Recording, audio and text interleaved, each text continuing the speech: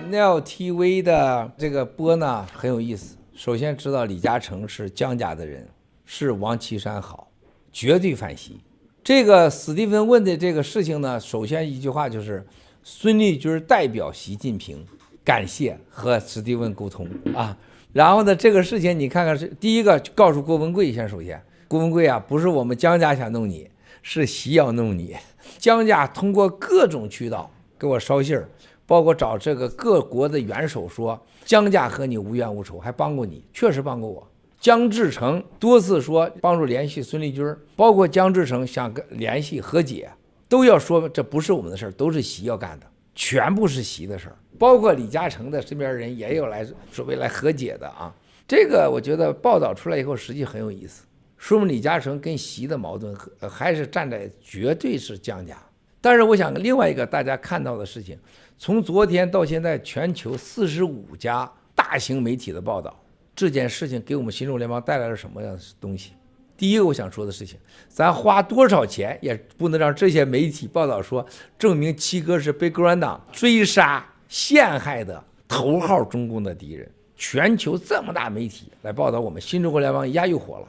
第二个我们要看到的事情，经过这个报道和史蒂芬问的事件，绝对的揭开了美国的司法界对共产党在美国渗透、蓝金黄、司法超限战的绝对的新的一页。他必将在对埃利·布雷迪还有这个黑根巴斯姆的案子重新开始。这个调查会带来什么呢？大家想想，当时埃利·布雷迪还有另外的中共的人在大使馆见面，深圳见面，包括在史蒂芬问的船上，你去想想，跟着川普打电话2-3个小时，怎么把这个强奸每个人的郭文贵给遣返回中国？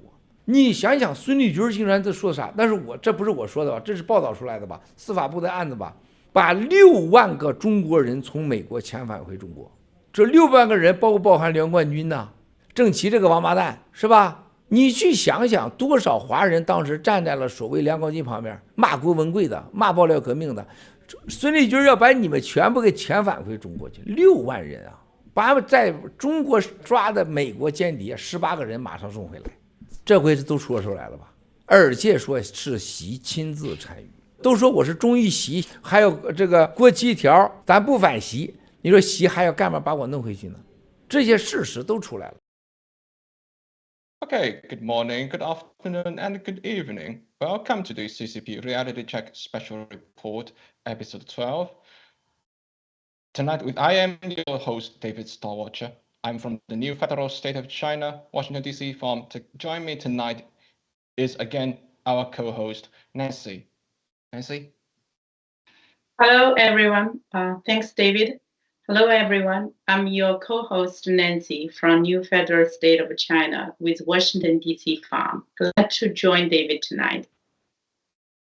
Glad to have you to join us tonight, Nancy. So for tonight's episode, we are going to looking into another component of the CCP's unrestricted lawfare against Mr. Mao's score. But before that, due to the requirement of the law, I will be reading the disclaimer at the start of the PowerPoint before we continue. So this video is for educational and informative purposes only. We are dedicated to share with you what is really happening in China and to try our best to verify information used. Jointly, we fight back CCP propaganda. We highly value your independent research, critical thinking, and comments by the CCP Reality Check team. So now we start this episode 12, and for this case, we're going to be looking into the case of Steve Wynn, case number which is 122-CV-01372. And this document one is filed on May the 17th, 2022. We're now looking into this, do a quick review on this diagram of the CCP's unrestricted lawfare against Mr. Mao's. Nancy, you're going to share this with us?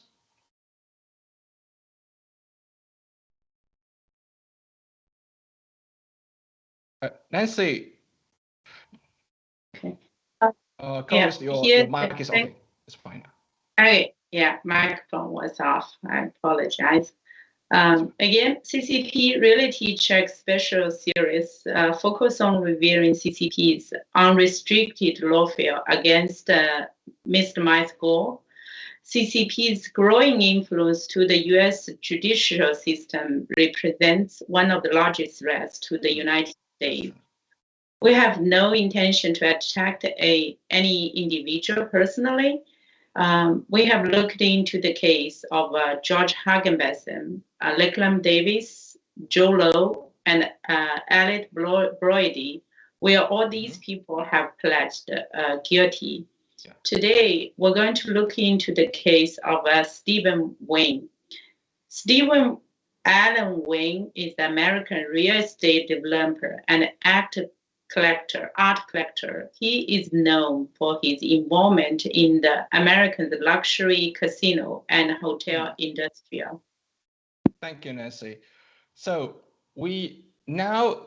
today, of course, we're looking into the case of Steve Wynn. But before that, we move on to the next slide to do a quick recap from the perspective of the Nikki Lam Davis case to take a look on some of the Steve Wynn's involvement in the event we are going to introduce today. So this is the news, again, from a website of the Department of Justice, Office of Public Affairs. It says Steve Wynn was involved in the removal of Mr. Miles Guo from the United States, and Steve Wynn was involved in the case of Nikki Lam Davis.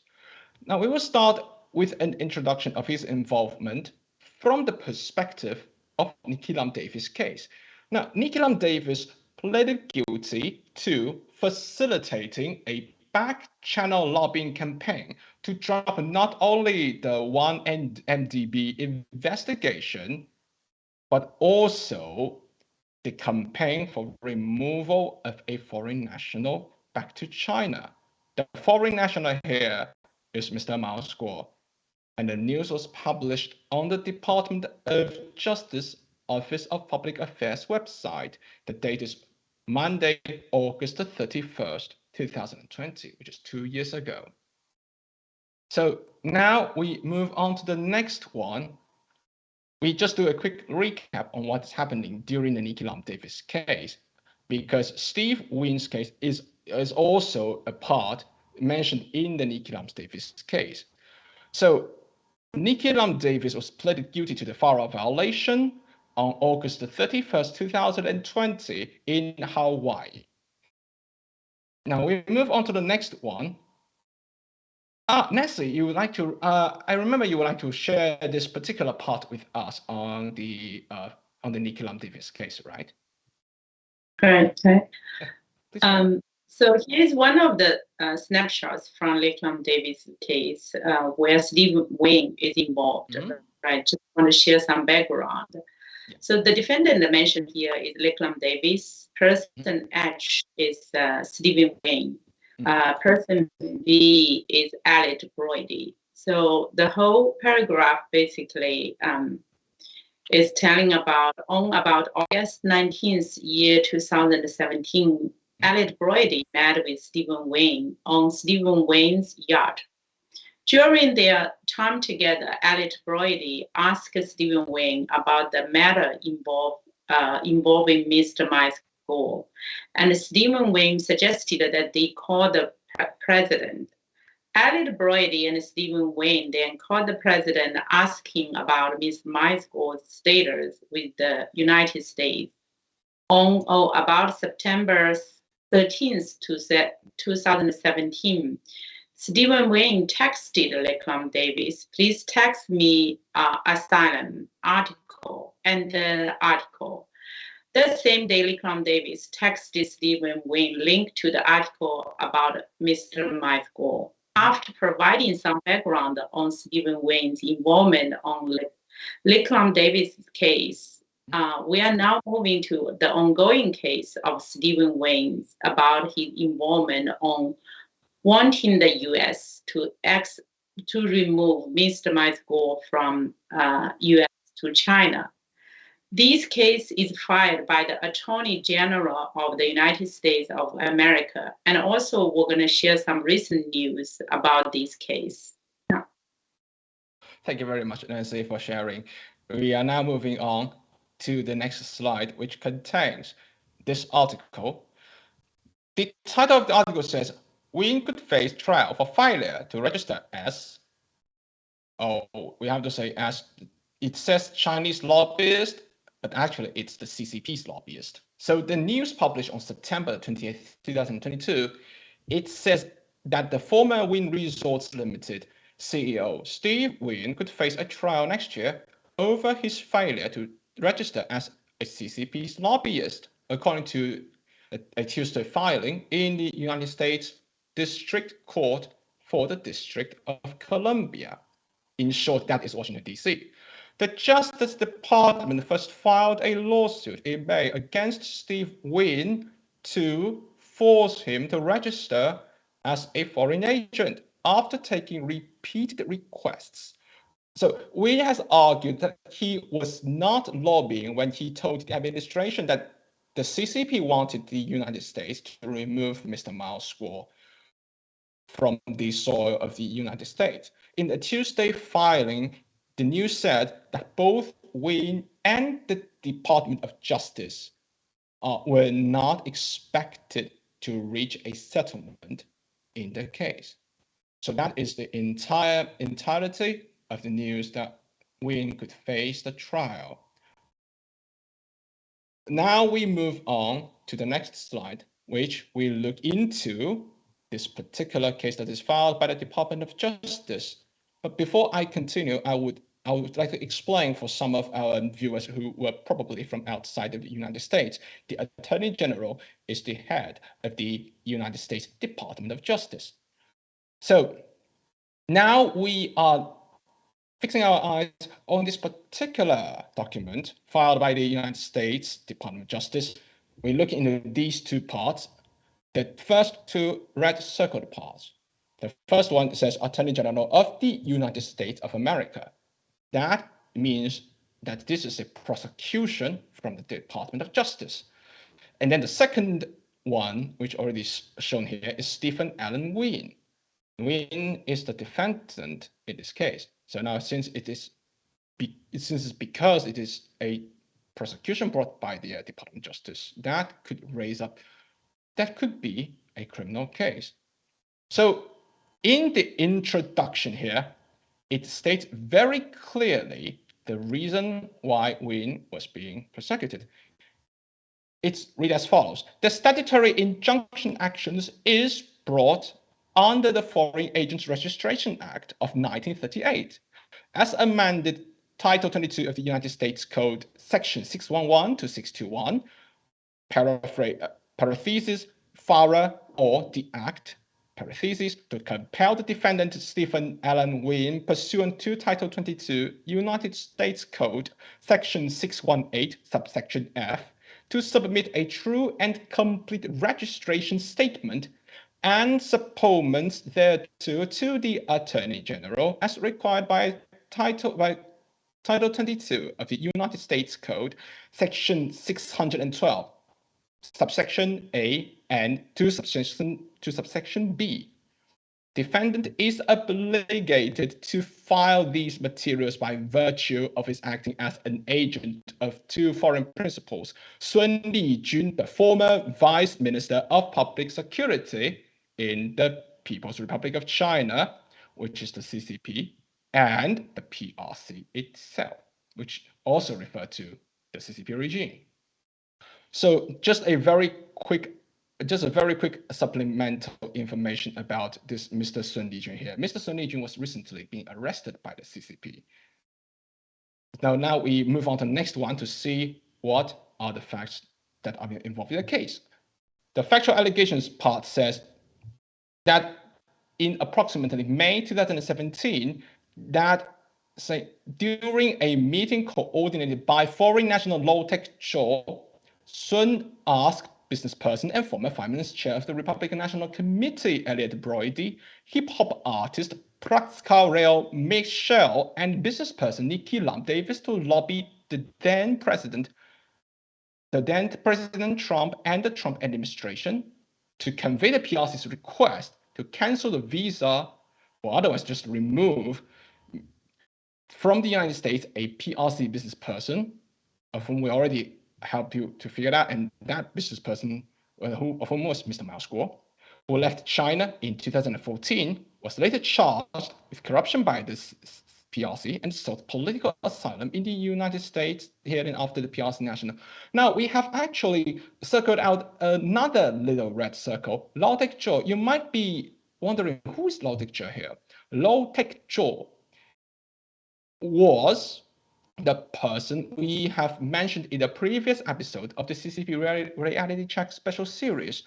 This Lau Tek-chor here is Joe Low. Lau Tek-chor is his another name. We don't know whether that's registered on the passport or so, but that is Joe Low. So that is the first involvement. And then we look into the second part. The second set of facts, director, we move on to the second slide. Okay, it's here. It says in approximately 2017 that Brody, on behalf of the then vice minister of the PRC's Public Security Ministry of Public Security, basically elicited Steve Wynn's help in the lobbying effort, and the defendant, whom is Steve Wynn, whom is serving as the RNC finance chair from January 2017 through January 2018, met Brody through that work, as it said in the entire case file. So now Brody believed that the defendants, Steve Wynn's RNC experience, combined with Steve Wynn's business dealings with the CCP and the friendship with the then President Trump, he thought that would be helpful. Steve Wynn would be helpful in getting access to Trump administration's officials.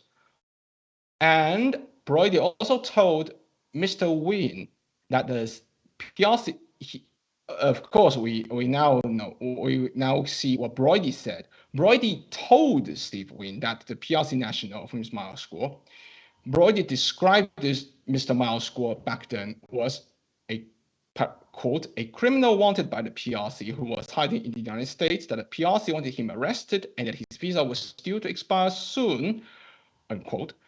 Brody also informed Mr. Wynn that Brody had received that information from, quote, Sun Lijun of the PRC's Ministry of Public Security, and that Sun requested the defendant, of whom is Steve Wynn, help in bringing the issue to the attention of the former administration. And Brody also provided Steve Wynn with the CCP issued passport, whom is Mr. Miles Guo's passport photo, an Interpol red notice by the time, and the links to various articles about Mr. Miles Guo. Now, we also have to take another look. This is not in here. There's something more going on.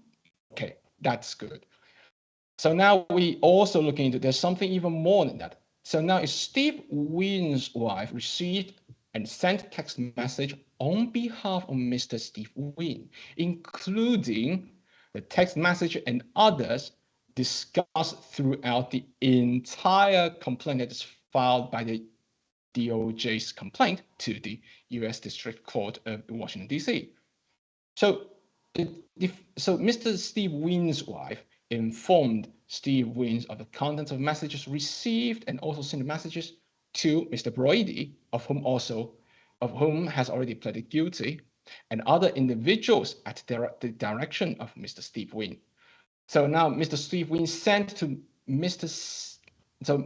Brody sent to Mr. Steve Wynn through Steve Wynn's wife a second message, which I would directly read the contents of the message to you. President Xi Jinping mentioned to President Trump at Mar-a-Lago that he would like to have Mr. Mao's score returned. The vice minister of Sun Lijun met with me, here means here is Brody, and requested help with regard to Mr. Mao's score.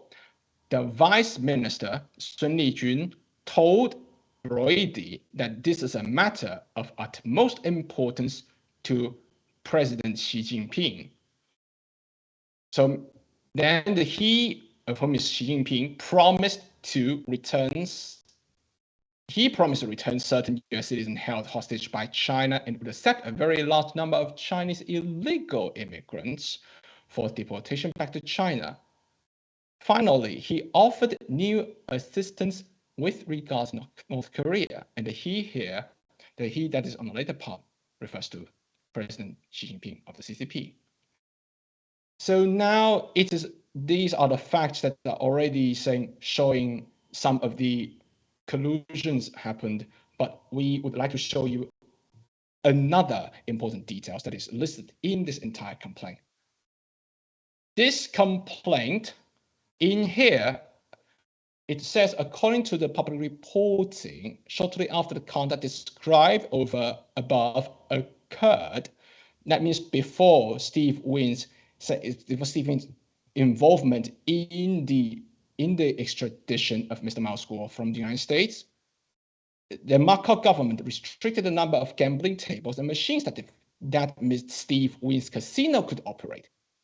So it's also according to some of the public reporting, Steve Wynn was scheduled to renegotiate his license to operate casinos in Macau in 2019, subsequent to the conduct described above. So the conduct described above here means to extradite Mr. Mao's score from the United States on behalf of the CCP. So Nancy, we have seen this interesting detail that is attached at the end of the factual section of the entire complaint. So would you like to share some of your observations from your perspective about this entire complaint to this point? Yeah, of course. Well, it was a shock for me to see that President Xi Jinping in this case detailed and briefed that he talked to President Trump to ask United States to send Mr. Mao's back to China. It's lucky of everyone that Mr. Mao's was not sent back to China. But look at the level of involvement the Chinese regime has been going after Mr. Mao's, right? So the reason is, as we all know, Mr. Mao's now is the number one enemy of the CCP regime. But then when we look at this case of Steve Wynn, he has no direct connection with, I believe, with Mr. Mao's, right? And also in the case of Lakeland Davis, they both are U.S. elites, successful business executives. And then why are they going after Mr. Mao's, right? To disinterest his person at all, right? And it is all because of CCP's money influence over the U.S. elite and the U.S. judicial system, as you can penetrated. So we should follow CCP money and trace out where money goes within the United States. So you mean it's following the CCP's money and then trace out where the CCP's money goes to, right? Right. Okay. Thank you very much, Nancy, for your very unique observation. So we are about to say, again, this is about the entire complaint of Steve Wynn, because this case is still on development. We would like to say keep an eye on the development of this relevant case. So now we are coming to a close of today's episode. But before we end, we would like to jump to the recap of the background. So Now, again, we all show you this graph. These are the people involved in the CCP unrestricted lawfare against Mr. Miles Squall. And we also see among them is Mr. Steve Wynn, also known as Person H in Nicky Lam Davis' case. And also Bruno Zhongwu is the mastermind behind this unrestricted lawfare against Mr. Miles Squall. Now, we shared George Higginbotham, Joe Lowe, Nicky Lam Davis, Elliot Brody's case. These people have all pleaded guilty. Now, we also shared the lawsuit of Mr. Steve Wynn. So now we also see clearly among all these cases that the CCP's growing influence in the United States judicial system represents one of the largest threats to the United States. We have strong belief that the United States judicial system would serve the rule of law. So we would like to invite you to stay tuned for the next episode. But before we end it, I would like to read some of the chat that is from our viewers. Nancy, would you let's take a look. So we have seen that there's one audience asking, who is the then president? Was it President Trump? Nancy, is that the President Trump? I mean, some of the audience is asking this question. Right. Yeah. We mentioned in the case it mentioned, right? Also, President Xi Jinping called President Trump at them. Yeah. All right.